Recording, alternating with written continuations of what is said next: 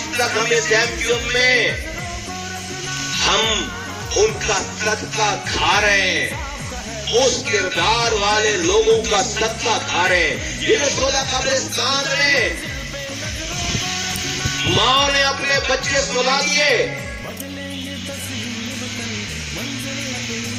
ये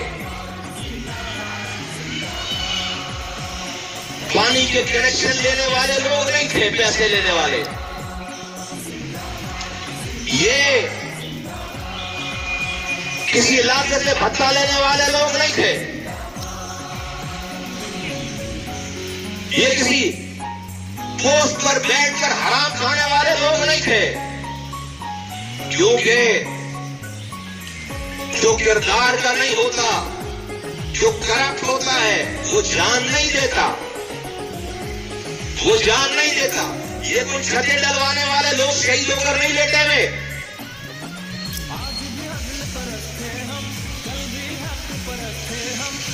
इसलिए जो छतें डलवाने वाला होता है वो जान नहीं देता, वो सेटिंग करता है, उसकी DSR से सेटिंग होती है, उसकी SHO से सेटिंग होती है, वो जान नहीं देता।